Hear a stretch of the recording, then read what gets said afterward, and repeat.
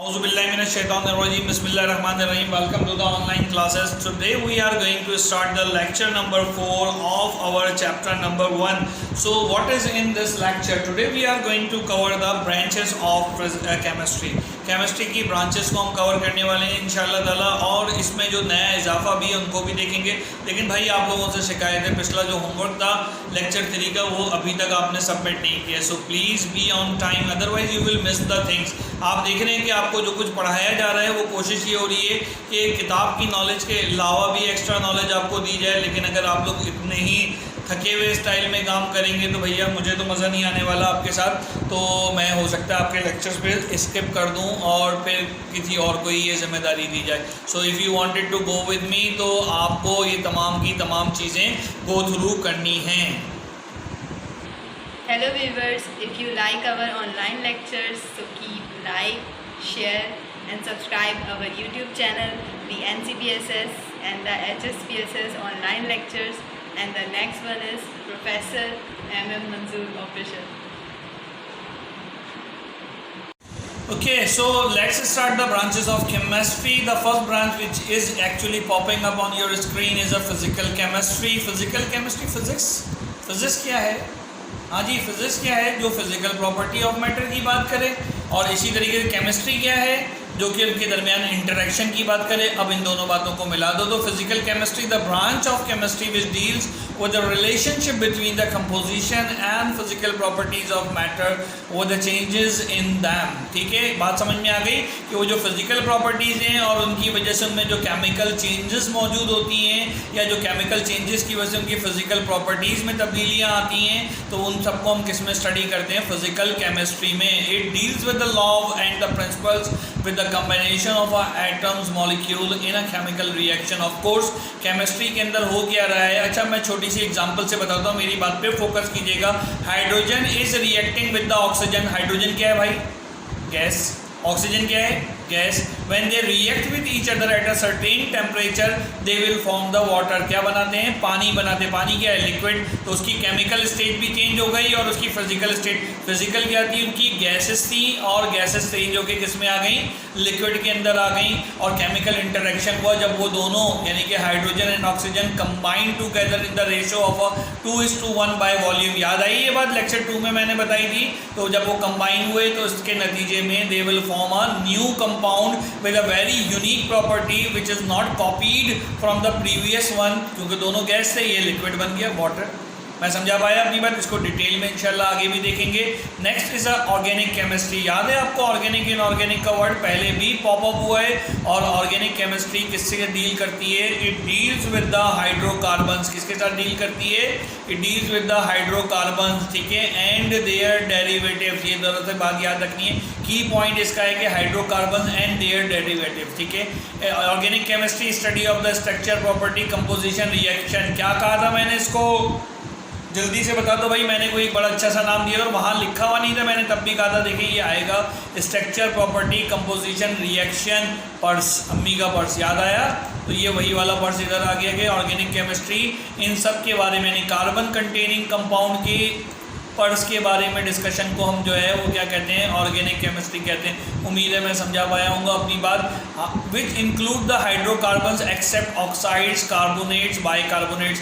अच्छा, ऑक्साइड्स क्या होते हैं? जिनमें सिर्फ ऑक्सीजन मौजूद हो। कार्बोनेट CO3 होते हैं और HCO3 जो है हमारे पास बाइकार्बोनेट्स होते हैं और साइनाइड्स होते हैं। ठीक हो गई बात? ये गैसोलीन, प्लास्टिक, डिटर्जेंट, डाइस, ये सब का सब जो है ऑर्गेनिक के अंदर आता है। यानी जो साबुन आप यूज़ करते हैं वो भी ऑर्गेनिक कंपाउंड का आउटपुट है, और घरों में जो प्लास्टिक के पाइप यूज़ होते हैं वो भी आउटपुट आपके ऑर्गेनिक कंपाउंड का है। नेक्स्ट है सर इनऑर्गेनिक। अब बाकी जितनी केमिस्ट्री के एलिमेंट्स हैं और इसमें कार्बन भी इंक्लूड है, लेकिन हाइड्रोकार्बन एक्सेप्ट है। याद रखना है, बात याद रखने की क्या है बेटा?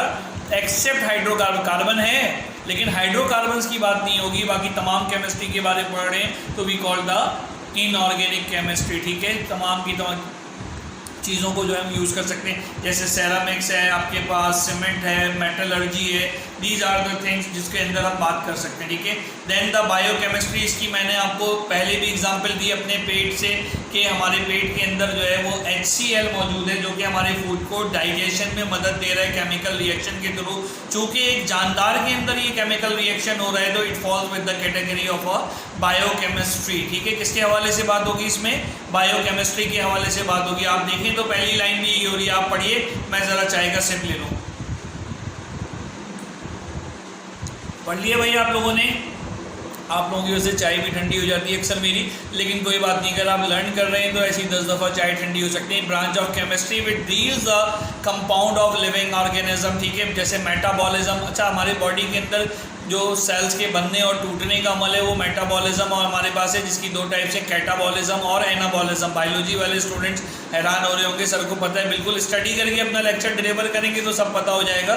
Synthesis in the given body surges carbohydrate, वो जो हम या पत्ते, आप चलो एक तो इंसानों की मिसाल तो दे दी, पत्तों के लिए लीजिए, क्योंकि ट्रीज भी लिविंग थिंग्स में आते हैं। तो फोटोसिंथेसिस का अमल, जो स्टार्च बनने का अमल होता है, वो सब बायोकेमिस्ट्री के अंदर हम डिस्कस कर रहे होते हैं। आई बिलीव कि आपको समझ में आ रही होगी मेरी बात। देन द इंडस्ट्रियल केमिस्ट्री, नाम से ही जाहिर है कि ये उन बड़े बड़े केमिकल प्रोसेसेस के बारे में डिस्कस करता है जो कि इंडस्ट्रीज़ में यूज़ होते हैं for the manufacturing of a fertiliser, glass, cement, medicine, ये तमाम का तमाम इंडस्ट्रियल केमिस्ट्री में डिस्कस होता है। Then next branch is a nuclear chemistry. Next branch क्या है हमारे पास? न्यूक्लियर केमिस्ट्री है, जिसमें हम रेडियो एक्टिविटी, याद है मैंने कहा था कि रेडियो एक्टिविटी आगे भी आने वाली है। क्या होता है जल्दी से, वो ग्लास वाला पानी मैंने जो आधा ग्लास दिखाया था, अभी तक वो आधा ही है तकरीबन आज भी, तो लिहाजा उसी ग्लास को जहन में रखें। जब वो ओवरफुल हो जाता है तो न्यूक्लियस बाहर निकलना शुरू हो जाते हैं, प्रोटॉन और न्यूट्रॉन, और यही चीज़ हमारे पास रेडियो एक्टिव का। रदरफोर्ड नाम था उस साइंटिस्ट का, याद है भाई? पेपर आपने देना है, याद सब आपने रखना होगा, ठीक है। अच्छा, radioactivity, nuclear process and properties. Radioactive elements are widely use in medicine, cancer के ट्रीटमेंट के अंदर, बल्कि आ भी गया, प्रिजर्वेशन ऑफ फूड, और जो है क्या कहते हैं generation of electric power through the nuclear power reactors. इन सब के लिए nuclear chemistry is an essential. तो न्यूक्लियर फ्यूल भी यूज़ होता है। अब आप कहेंगे सर इसकी पाकिस्तान से कोई मिसाल दीजिए। बिल्कुल, पाकिस्तान की हम कराची से ही मिसाल ले लेते हैं। Karachi atomic and nuclear power plant होता है, कैनअप, KANUPP, कैनअप। तो वो कैनअप के अंदर ही सारा न्यूक्लियर केमिस्ट्री का सिलसिला चल रहा होता है। उसके बाद आ जाइए माहौल, जहाँ दरख्त कम होते हैं गर्मी बढ़ जाती है, जहाँ दरख्त ज़्यादा होते हैं वहाँ आबो हवा मोतदिल रहती है। सिमिलरली जहाँ पोल्यूशन ज़्यादा होता है वहाँ पे डिजीज़ ज़्यादा पनपती हैं, और इसी तरीके से डिफरेंट चीज़ें। ये सब बातें हम कौन सी केमिस्ट्री की ब्रांच में पढ़ते हैं? We fall with the category of a environmental chemistry, ठीक है। It is a branch of a chemistry which deals with the study of interaction of chemical material and their effect on the environment of animals and plants, ठीक है। Personal hygiene, pollution, health hazards are the important area of a environmental chemistry. आजकल आपको पता है Covid और pandemic की वजह से हम सब जो हैं वो क्या यूज़ कर रहे होते हैं? सैनिटाइज़र यूज़ कर रहे हैं। पर्सनल हाइजीन, पोल्यूशन की बात हो रही होती है तो गाड़ियों का धुआं, रक्षों का धुआं। इस्लामाबाद अगर आप कभी गए हैं तो इस्लामाबाद के अंदर रक्षों को आने की इजाज़त ही नहीं है, ठीक है। क्यों नहीं है? क्योंकि वो पोल्यूशन फ्री इन्वायरमेंट चाहते हैं। हेल्थ हैजर्ड्स, सेहत को जो ख़तरे हैं आपके पास हैं, फॉर एग्जांपल आज के नौजवान बहुत सारे शीशे का नशा करते हैं, जो कि बहुत ज़्यादा, एक शीशे का कश, कुछ लोग होंगे जो सुन रहे होंगे और इसकी आदत होगी उनको शायद, तो वो एक शीशे का कश जो है तकरीबन 200 सिगरेट के हैजर्ड के बराबर होते हैं। तो this is very dangerous for the health. लेकिन फिर भी कुछ लोगों को लगता है कि जनाब this is good for them, तो ठीक है जी, आप देख लें, आपके लिए गुड जो है वो हमारी डिक्शनरी का बैड होता है। तो अपनी डिक्शनरी या तो ठीक कर लें या तो आप बुरी आदतें छोड़ दें।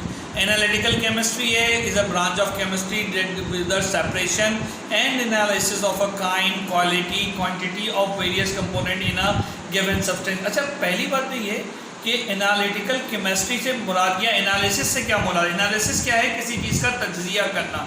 फॉर एग्जांपल खून के सैंपल का CBC करना, ये भी एनालिसिस है।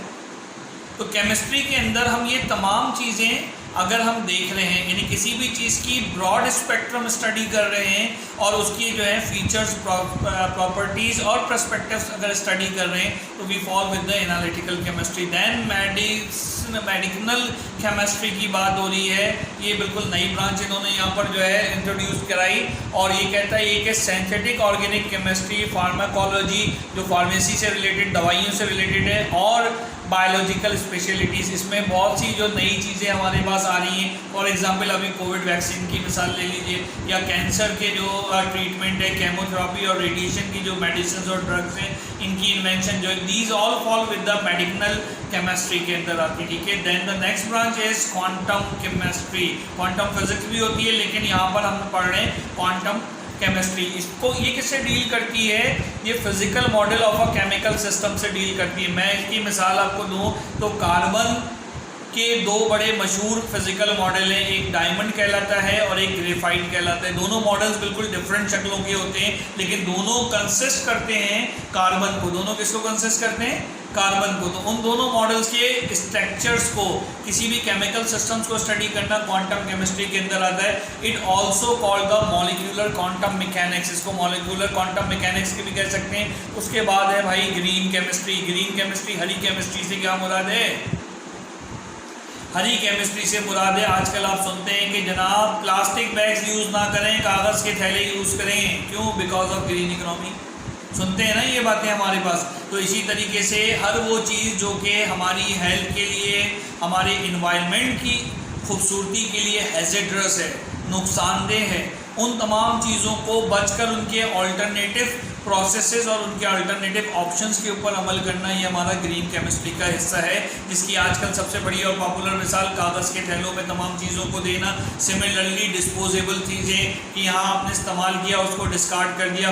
पेप्सी कोक की बोतलें अगर आप देखते हैं तो उसमें भी लिखा हुआ होता है कि उसको डिस्कार्ड कर दें आफ्टर द यूज़। हम तो घर में 1 महीना 2 महीना रखते हैं, जब तक कोई उसके ऊपर चढ़ के उसके ऊपर से आवाज़ें पिचक पचाक ना निकाल दे, तो हम यूज़ करते रहते हैं ना ऐसे। लेकिन इनफैक्ट एक्चुअली जो मेडिकल रिकमेंडेशन है वो यही है कि once they are being used तो उसको डिस्कार्ड कर देना चाहिए, ख़त्म कर देना चाहिए।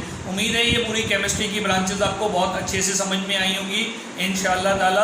अब यहाँ पे टेस्ट योर सेल्फ है, उसके बाद बेसिक डेफिनेशन का हमारा अगला लेक्चर होगा। But right now we are interested with the test yourself. ये आपकी स्क्रीन पे आ रहा है, यही वो क्वेश्चन हैं जो हमें करने हैं। In which branch of chemistry analysis of a quantity quality of a compound study. आपने खुद गैस करना है। Biomolecule, what happened due to the deficiency of a biomolecules, ये नेट पे भी गूगल करना है। Identify and list down the example of a green chemistry in our environment. बहुत सारी मिसालें मैंने भी दी हैं, आप खुद भी ढूंढ सकते हैं। Differentiate among the medicinal and the biochemistry. Biochemistry all the changes happening in the bio या लिविंग बीइंग, ठीक है। और मेडिसिनल, उसके अंदर जो एरर्स आते हैं उनको इम्प्रूव करने के लिए जो मेडिसिन या जो उनके आउट सप्लीमेंट्स दिए जाते हैं, उस केमिस्ट्री को हम क्या कहते हैं? मेडिकल केमिस्ट्री कहते हैं। यहाँ तक जब बात हमने क्लियर कर ली है बेटा, और होमवर्क हमारा बिल्कुल एज यूजुअल आप सही समझे। Write down the branches of a chemistry along with the concern example. थोड़ा सा मॉडिफाई करके आपने लिखना है। और दूसरी चीज़ क्या हो गई आपके पास, ये टेस्ट योर सेल्फ के 4 सवाल आते हैं। जितना मैंने बताया वो भी आपके लिए सफिशेंट है, लेकिन अगर आपको इन बातों का नहीं पता चला तो what you need to do, you need to revise the lecture और गूगल बाय योर सेल्फ। इंशाअल्लाह ताला अल्लाह अज़्ज़ा व जल से उम्मीद है कि आपको ये तमाम चीज़ें अच्छे से समझ में आएंगी। अपना ख्याल रखिए। अगर आपको हमारे लेक्चर्स अच्छे लग रहे हैं तो kindly subscribe our lecture and recommend other peoples as well. Take care of yourself. अल्लाह हाफ़िज़।